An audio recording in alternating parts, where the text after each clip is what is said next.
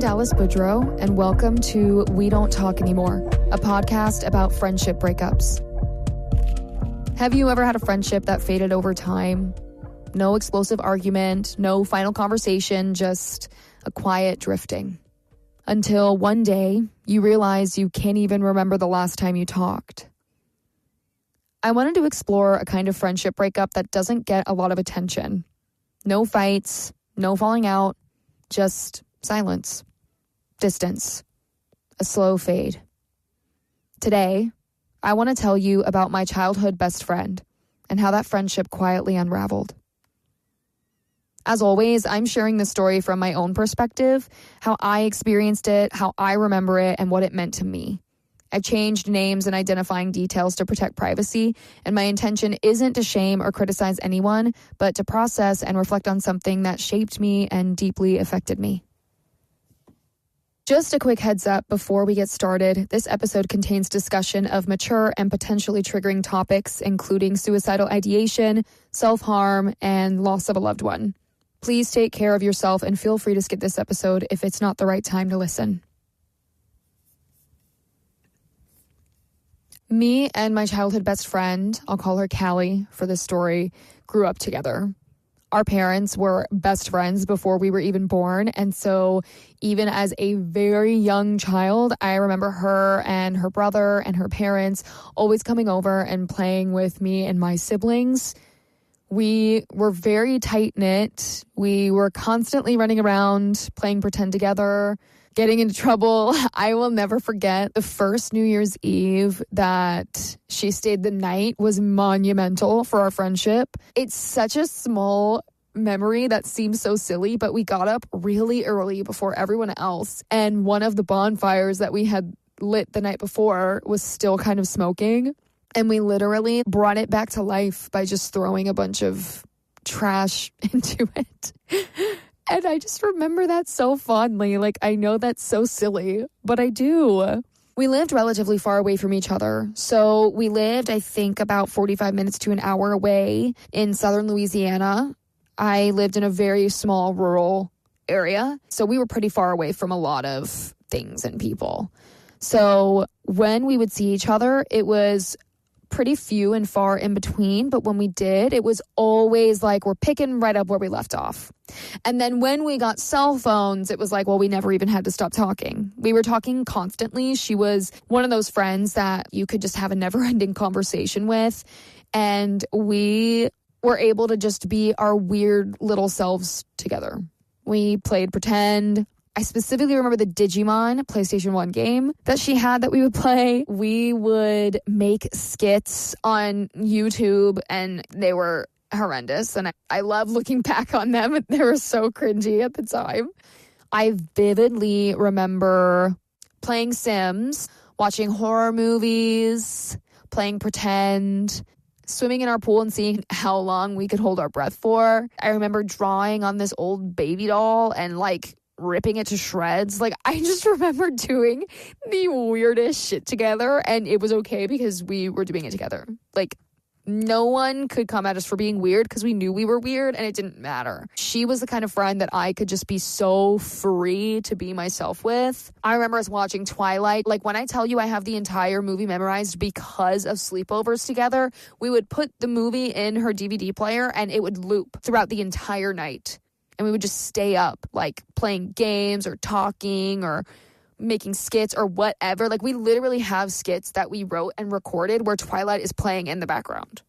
We were obsessed. We were ride or dies for most of my childhood, all of my childhood. I went to Catholic school from pre-K until 7th grade.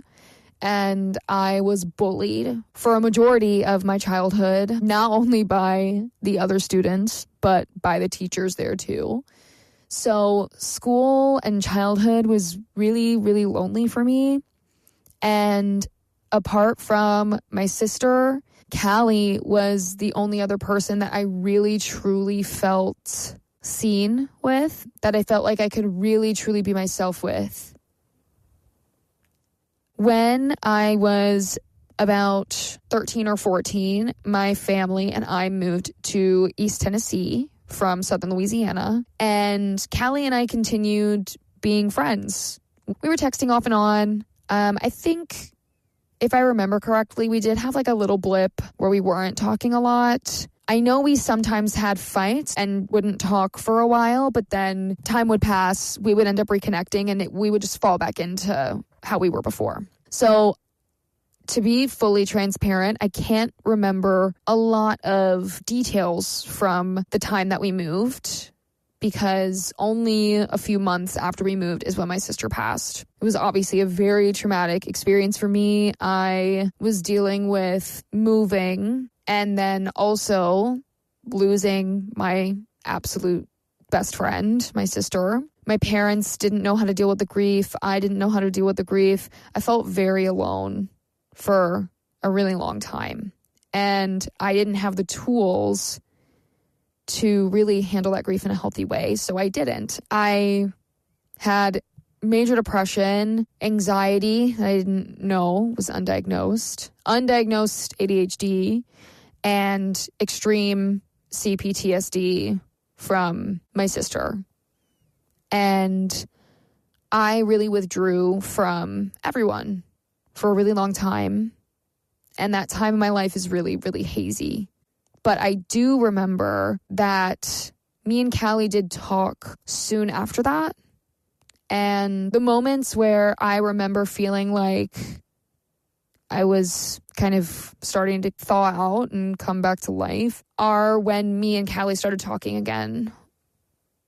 She showed me Supernatural and Sherlock and Tumblr and this vampire version of MySpace that I cannot remember the name of. We were both really into heavy metal and rock and Jared Padalecki. And we were into fan fiction and reading it, writing it, Tumblr. This was like prime Tumblr era. Prime Tumblr era. We were very much the friends that like we could talk about anything, everything, and we did. That was our friendship. A lot of that time, like right after my sister, she was really there for me. As time went on and we started getting older, I continued to have trouble dealing with my mental health. We kind of started to drift apart. I know that we stayed in touch probably until about sophomore, junior year of high school, and then off and on into college. But a majority of high school, my mental health was horrible. I was broken completely by the loss of my sister. I was so depressed. I struggled with suicidal thoughts and ideation, and I had absolutely no idea how to cope with it. So I began self-harming. And I had absolutely no idea how to cope with it in a healthy way. The only thing that worked for me was disassociating and cutting myself. I self-harmed for a really long time. And I was just so fucking sad. I was so depressed. It was really hard for me to be present in any relationship that I had, but the friendships that I did have, Callie included, obviously, were like the only things that were keeping me going. I was so reliant on trying to find love outward because I did not love myself and I just hated living. It was really hard for me to come to terms with the reality of what my life was at that time. It was really, really hard for me to accept that my sister was gone and this was just how the rest of my life was supposed to be. So a lot of my 8th grade and high school, like early high school especially, I just really dove into not only my friendship with Callie, but all the friendships that I had made in 8th grade and the ones I was trying to make in high school. I escaped into reading, TV shows, into any reality that wasn't actual reality. So when me and Callie would be like Skyping or playing games or watching TV or whatever we were doing, that was kind of like what I was living for, because I genuinely didn't want to live. As time went on, though, my self-loathing got worse and worse. And I started to try and find like other ways to fill that hole. And I thought kind of the only way to fill that hole was with a romantic relationship. I thought if someone else can be in love with me, then that means that I'm actually worth something, which obviously isn't true. Now I know that. But a lot of my sophomore, junior, and senior year of high school was spent battling all of my mental health issues that I was going through and trying desperately to like claw my way out by any means necessary. So whether it was trying to find someone who liked me, being like crazy about finding a relationship, having obsessive crushes, harming myself. In like my senior year of high school, I started smoking a lot, drinking a lot. I feel like when I started to kind of get into my like party phase is when we started drifting apart the most. So I do know that we talked probably up until like we were really close up until somewhere in sophomore year of high school. And then we would still talk off and on, but we weren't talking all the time. And then after high school and beginning of college, we talked a few times, but it was never anything consistent. And I think that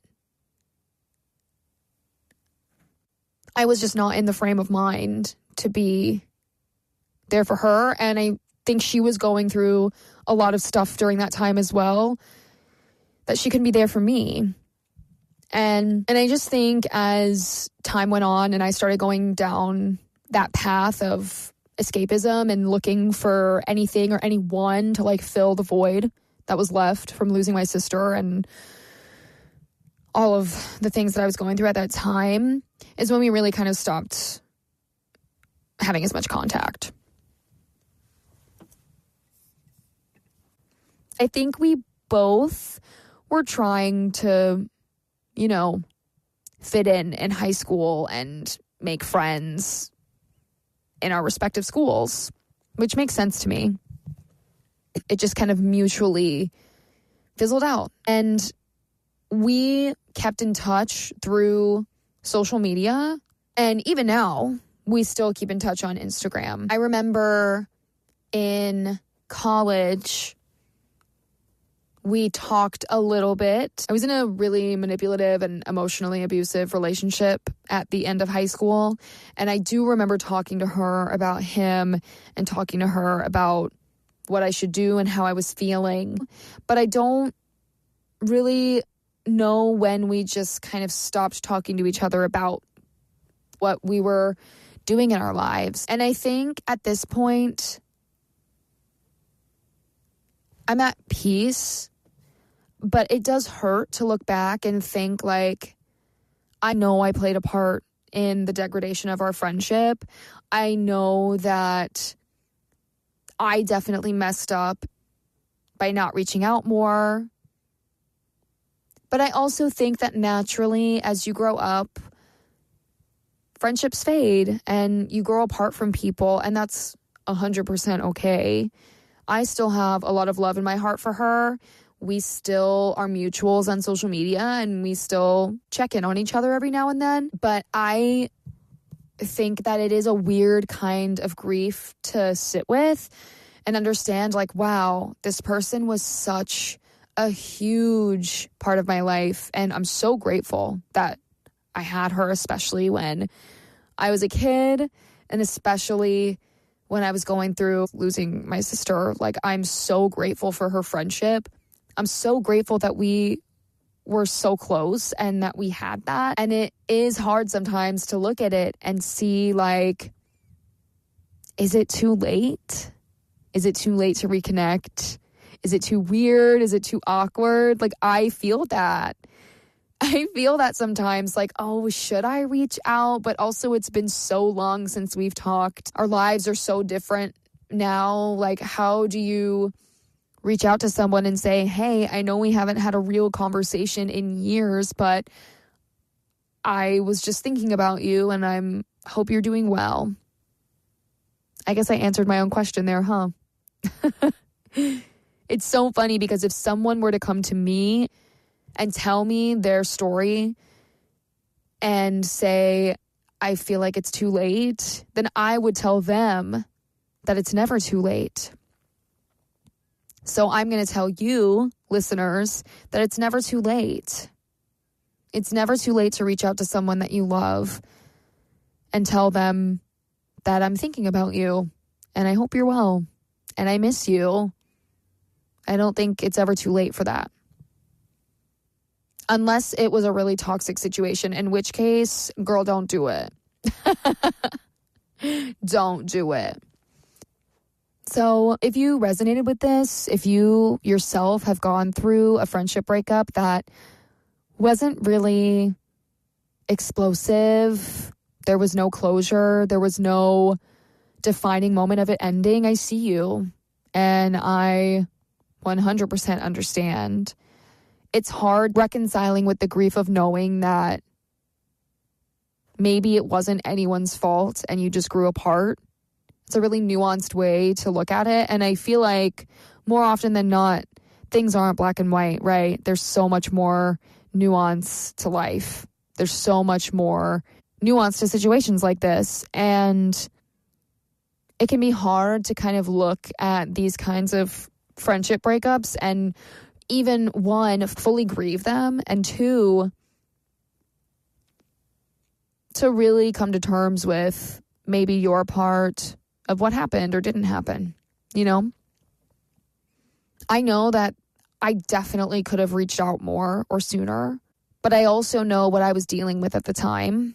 And I know that I did the best that I could with what I had going on. And I think the same for her. I think Callie was also dealing with a lot of stuff at this time as well in her own personal life. And I think the distance between us, not only in our friendship that had grown as we had gotten older, but also the physical distance did impact our friendship as we started to grow up and kind of affected how much we could really be there for each other at the time during all that we were going through. It really wasn't anyone's sole fault. I think that sometimes you just grow in different directions from people, and that's okay. I really wanted to start off by talking about this kind of friendship breakup because I feel like these kinds of friendship breakups are very, very common, but they're not talked about as much as the really explosive or toxic ones. And don't worry, we'll get to some of those. But I just wanted to shed some light on the grief that doesn't really look like grief a lot of times. Especially the kinds of friendship breakups that it's just a slow tapering, a slow falling off. You don't really realize that you're not really friends anymore until you look back and you're like, oh, we don't really talk like that. It's strange to grieve someone who isn't necessarily completely out of your life, but you just don't have the same kind of bond that you used to have. And now when I see her on social media, I always am happy to see her doing well, and I love seeing what she's up to. And we just have a different kind of friendship now. We have a friendship from afar, and that's okay. I'm happy that we at least have like a love for each other. I think that we honor the friendship that we had as children. And I know that because we've talked about our childhood before, and it's okay that we grew apart. If you feel like this with someone too, know that you're not alone. So if you have a friendship breakup story that you are ready to share, please email me at wedon'ttalkpod@gmail.com and maybe you will hear your story on the next episode. You can follow me on my Instagram at Dallyboo, and I really hope that you follow along to all the other breakup stories that we have coming up. I plan to tell not only my own stories, but have some friends on to tell their stories. And eventually, I want to have some listener stories to tell as well. So please submit if you're interested. Share this podcast if you liked it, and I will see you guys in the next one. Bye.